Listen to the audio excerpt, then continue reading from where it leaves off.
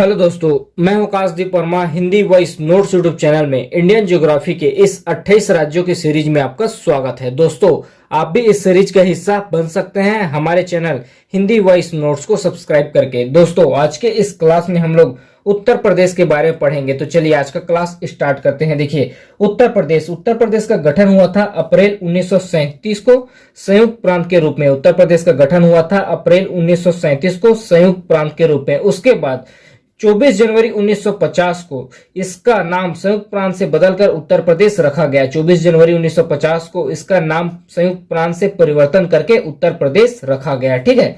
उत्तर प्रदेश का राजधानी है लखनऊ। उत्तर प्रदेश का जो भाषा है, प्रमुख भाषा है, वो है हिंदी। ठीक है। जनसंख्या की दृष्टि से उत्तर प्रदेश भारत का सबसे बड़ा राज्य है। भारत का सबसे ज्यादा आबादी वाला राज्य है जनसंख्या की दृष्टि से उत्तर प्रदेश। और क्षेत्रफल की बात किया जाए तो क्षेत्रफल की दृष्टि से चौथा बड़ा राज्य है उत्तर प्रदेश भारत का। क्षेत्रफल की दृष्टि से चौथा बड़ा राज्य है भारत का उत्तर प्रदेश। ठीक है। उत्तर प्रदेश का प्रमुख नृत्य है कथक और प्रमुख लोक नृत्य है रासलीला। उत्तर प्रदेश का प्रमुख जो नृत्य है वह कथक है और प्रमुख लोक नृत्य है रासलीला। ठीक है। प्रमुख पर्यटन स्थल है यहाँ पर उत्तर प्रदेश में अयोध्या, आगरा, सारनाथ, वाराणसी, मथुरा और प्रयाग। ठीक है। उसके बाद हम लोग राजकीय देखते हैं। उत्तर प्रदेश के बारे में राजकीय देखिए, उत्तर प्रदेश का जो राजकीय जीव है वह है बारहसिंगा। और उत्तर प्रदेश का जो राजकीय पक्षी है वह है सारस क्रेन। ठीक है। उत्तर प्रदेश का जो राजकीय वृक्ष है वह है अशोक और राजकीय पुष्प है ब्रह्मा कमल। ठीक है। उसके बाद हम लोग वन्य जीव विहार देखते हैं और साथ साथ उसका निर्माण कब हुआ था। उत्तर प्रदेश में कौन कौन से वन्य जीव विहार हैं और साथ साथ उसका निर्माण किस तिथि को हुआ था। ठीक है। एक पहला है चंद्रप्रभा वन्य जीव विहार। इसका निर्माण हुआ था 1956-57 में। ठीक है। फिर नेक्स्ट है किशनपुर वन्य जीव विहार। इसका निर्माण 1972 में हुआ था। फिर नेक्स्ट है कतरनिया घाट वन्य जीव विहार। इसका निर्माण 1976 को हुआ था। फिर नेक्स्ट है रानीपुर वन्य जीव विहार। इसका निर्माण 1977 को हुआ था। फिर नेक्स्ट है कैमूर वन्य जीव विहार। इसका निर्माण 1982 को हुआ था। फिर नेक्स्ट है सोहेलवा वन्य जीव विहार। इसका निर्माण 1988 को हुआ था। फिर नेक्स्ट है डॉक्टर भीमराव अंबेडकर वन्य जीव विहार। इसका निर्माण 2003 को हुआ था। उसके बाद हम लोग नेक्स्ट देखते हैं कि उत्तर प्रदेश में कौन कौन सा खनिज पाया जाता है और किस किस क्षेत्र में पाया जाता है। ठीक है। पहला है हीरा। हीरा उत्तर प्रदेश में हीरा बांदा जिला और मिर्जापुर में पाया जाता है। फिर नेक्स्ट है कोयला। कोयला गोंडवाना सिंगरौली में पाया जाता है। उत्तर प्रदेश के गोंडवाना और सिंगरौली में पाया जाता है। नेक्स्ट है चूना पत्थर। देखिए, चूना पत्थर बनुहारी, कजराहट, सोनभद्र में पाया जाता है। फिर नेक्स्ट है डोलोमाइन। डोलोमाइन सोनभद्र, मिर्जापुर और बांदा में पाया जाता है। फिर नेक्स्ट है यूरेनियम। यूरेनियम ललितपुर में पाया जाता है। फिर नेक्स्ट है संगमरमर। संगमरमर मिर्जापुर और सोनभद्र जिले में पाया जाता है। फिर नेक्स्ट है बक्साइट। बक्साइट बांदा जिले में पाया जाता है। फिर नेक्स्ट है जिप्सम। जिप्सम झांसी हमीरपुर जिला में पाया जाता है। झांसी और हमीरपुर जिला में पाया जाता है। फिर नेक्स्ट है तांबा। तांबा ललितपुर जिला में पाया जाता है। उसके बाद हम लोग उत्तर प्रदेश के प्रमुख पक्षी विहार देखते हैं और साथ साथ उसका निर्माण कब हुआ था। ठीक है। पहला है नवाजगंज पक्षी विहार। इसका निर्माण हुआ था 1984 को। फिर नेक्स्ट है शम्सपुर पक्षी विहार। इसका निर्माण हुआ था 1987 को। फिर नेक्स्ट है लाल बसोही पक्षी विहार। इसका निर्माण हुआ था 1988 को। फिर नेक्स्ट है ओखला पक्षी विहार। इसका निर्माण हुआ था 1990 को। फिर नेक्स्ट है सांडी पक्षी विहार। इसका निर्माण हुआ था 1990 को। फिर नेक्स्ट है पार्वती आरंगा पक्षी विहार। इसका निर्माण हुआ था 1990 को। फिर नेक्स्ट है सुरसरोवर पक्षी विहार। इसका निर्माण हुआ था 1991 को।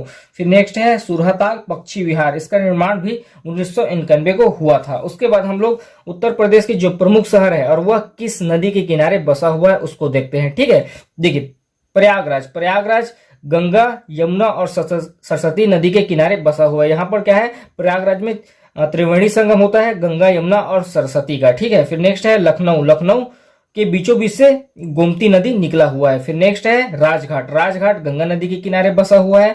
कानपुर भी गंगा नदी के किनारे बसा हुआ है और हमीरपुर और मथुरा ये दोनों यमुना नदी के किनारे बसे हुए हैं। फिर नेक्स्ट है गोरखपुर। गोरखपुर ताप्ती नदी के किनारे बसा हुआ है। फिर नेक्स्ट देखते हैं हम लोग मैप में, भारत के मैप में उत्तर प्रदेश किन के राज्यों से घिरा हुआ है। देखिए, भारत के मैप में जो ये वाला हिस्सा है ये है हम लोगों का उत्तर प्रदेश। उत्तर प्रदेश का सीमा देखते हैं। देखिए, यहां से लेकर यहां तक का सीमा उत्तर प्रदेश का उत्तराखंड के साथ लगा हुआ है। उसके बाद यहां से लेकर यहां तक का सीमा हरियाणा के साथ लगा हुआ है। उसके बाद यहां से लेकर यहां तक का सीमा राजस्थान के साथ लगा हुआ है। उसके बाद यहां से लेकर पूरा यहां तक का सीमा मध्य प्रदेश के साथ लगा हुआ है। उसके बाद यहां से लेकर यहां तक का छोटा सा सीमा छत्तीसगढ़ के साथ लगा हुआ है। उसके बाद यहां से लेकर यहां तक का सीमा झारखंड के साथ लगा हुआ है। उसके बाद यहां से लेकर यहां तक का सीमा बिहार के साथ लगा हुआ है। तो टोटल राज्य देखते हैं, देखिए बिहार एक, दूसरा झारखंड, तीसरा छत्तीसगढ़, चौथा मध्य प्रदेश, पांचवा राजस्थान, छठवां हरियाणा और सातवां उत्तराखंड। तो इन 7 राज्यों के साथ उत्तर प्रदेश का सीमा लगा हुआ है। और एक चीज और ध्यान रखिए, यहां से लेकर यहां तक का सीमा, यहां पास है नेपाल देश, ठीक है। तो यहां से लेकर यहां तक का सीमा हमारा पड़ोसी देश नेपाल के साथ लगा हुआ है। उत्तर प्रदेश का सीमा 7 राज्यों के साथ और एक देश नेपाल के साथ लगा हुआ है। देखिए इसी मैप को मैंने यहां पर थोड़ा बड़ा बनाया क्योंकि मेरे को उत्तर प्रदेश का कुछ फेमस जगहों को डिफाइन करना है, ठीक है। तो देखिए यहां से स्टार्ट करते हैं। देखिए यहां पास है सरहानपुर, यह पोस्टल ट्रेनिंग इंस्टीट्यूट स्थित है। सरहानपुर में पोस्टल ट्रेनिंग इंस्टीट्यूट स्थित है, डाक से रिलेटेड वाला, ठीक है। फिर नीचे आते हैं, देखिए यहाँ पास है मेरठ, मेरठ के नीचे आते हैं, देखिए यहाँ पास है गाजियाबाद, गाजियाबाद में इलेक्ट्रॉनिक्स केंद्र है और साइकिल उद्योग है, ठीक है। उसके बाद नीचे आते हैं, देखिए यहाँ पास है नोएडा, नोएडा एक औद्योगिक नगर है और नोएडा का आधिकारिक नाम है गौतम बुद्ध नगर। देखिए नोएडा एक औद्योगिक नगर है और इसका जो आधिकारिक नाम है वह गौतम बुद्ध नगर है, ठीक है। फिर यहाँ पास है मथुरा, मथुरा आप लोग जानते हैं धार्मिक स्थल है, ठीक है। और यहाँ पास है खुर्जा, खुर्जा मिट्टी के बर्तन बनाने के लिए यह जगह प्रसिद्ध है, ठीक है। यहाँ पास है आगरा, आगरा आप लोग जानते हैं ताजमहल के लिए प्रसिद्ध है और साथ ही यहाँ पर्वतारोही परीक्षण केंद्र है। आगरा ताजमहल के लिए प्रसिद्ध है और साथ ही यहाँ पर्वतारोही परीक्षण केंद्र भी ठीक है, ठीक है। उसके बाद देखते हैं, देखिए यहाँ पास है कन्नौज, ठीक है। कन्नौज इत्र व तंबाकू व्यवसाय के लिए प्रसिद्ध है। यहाँ पास है कन्नौज जो कि इत्र और तंबाकू व्यवसाय के लिए प्रसिद्ध है, ठीक है। उसके बाद देखिए यहाँ पास है अलीगढ़, यहाँ पास है अलीगढ़, अलीगढ़ का प्राचीन नाम है कोल या कोयल और यह प्रसिद्ध है पीतल के पारंपरिक ताले बनाने के लिए, यह अलीगढ़ प्रसिद्ध है, ठीक है। फिर नेक्स्ट देखते हैं, देखिए यहाँ पास है लखनऊ, लखनऊ को संज्ञा दिया गया है नवाबों की नगरी का, लखनऊ को संज्ञा दिया गया है नवाबों की नगरी का। देखिए लखनऊ शहर के बीच से गोमती नदी गुजरती है, लखनऊ शहर के बीचों बीच से गोमती नदी गुजरती है। ऐतिहासिक रूप से इसे अवध के नाम से जाना जाता था, लखनऊ को ऐतिहासिक रूप से अवध के नाम से जाना जाता था। लखनऊ अपनी बहुसांस्कृतिक खूबी दशहरी आम के बाग तथा चिकन कढ़ाई के लिए प्रसिद्ध है। देखिए लखनऊ बहुसांस्कृतिक खूबी दशहरी आम के बाग और चिकन कढ़ाई के लिए प्रसिद्ध है, ठीक है। उसका नीचे आते हैं, देखिए यहाँ पास है अयोध्या, अयोध्या सरयू नदी के किनारे बसा हुआ है, अयोध्या सरयू नदी के किनारे बसा हुआ है। इतिहास में इसे कोसल जनपद के नाम से जाना जाता था। देखिए अयोध्या को इतिहास में कोसल जनपद के नाम से जाना जाता था और पौराणिक मान्यताओं के अनुसार, अयोध्या को पौराणिक मान्यताओं के अनुसार सूर्यवंशी या रघुवंशी या अर्कवंशी राजाओं का राज हुआ करता था। देखिए पौराणिक मान्यताओं के अनुसार यहाँ सूर्यवंशी या रघुवंशी या अर्कवंशी राजाओं का राज हुआ करता था, जिसमें भगवान राम का जन्म हुआ था, जिस कुल में भगवान राम का जन्म हुआ था। और चीनी यात्री हेनसांग के अनुसार 20 बौद्ध मंदिर यहाँ थे। चीनी यात्री हेनसांग के अनुसार यहाँ 20 बौद्ध मंदिर थे तथा 3000 बौद्ध भिक्षुक वहां रहते थे, ठीक है। फिर नेक्स्ट देखते हैं, देखिए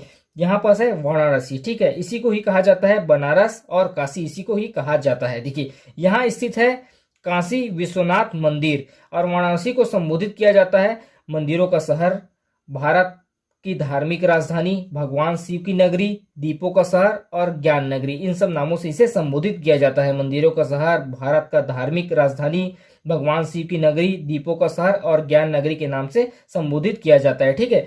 फिर यहाँ पास है गोरखपुर, गोरखपुर धार्मिक किताबों का सबसे बड़ा उत्पादक क्षेत्र है। गोरखपुर धार्मिक किताबों का सबसे बड़ा उत्पादक क्षेत्र है और यहाँ उत्तर पूर्व रेलवे का मुख्यालय भी स्थित है। गोरखपुर में उत्तर पूर्व रेलवे का मुख्यालय भी स्थित है और साथ ही यहाँ FCI उर्वरक का कारखाना भी स्थित है, ठीक है। उसके बाद देखते हैं, देखिए यहाँ पास है कानपुर, कानपुर गंगा नदी के तट पर बसा हुआ है, कानपुर गंगा नदी के तट पर बसा हुआ है। यहाँ स्थित है शुगर रिसर्च सेंटर। कानपुर को संज्ञा दिया गया है उत्तर भारत का मैनचेस्टर कहा जाता है, इसको संज्ञा दिया गया कानपुर को उत्तर भारत का मैनचेस्टर, ठीक है।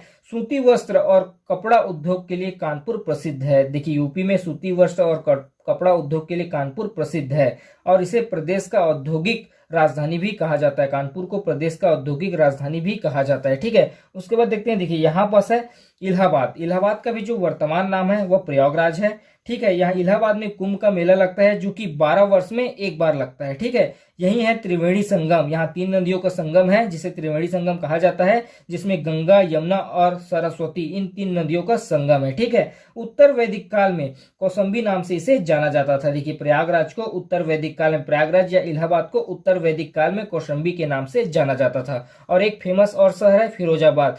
ठीक है, उत्तर प्रदेश का एक और फेमस शहर है फिरोजाबाद, यह कांच की चूड़ियों के लिए प्रसिद्ध है। तो इस पार्ट में हम लोगों ने उत्तर प्रदेश के बारे में पढ़ा। अभी के लिए इतना ही, धन्यवाद।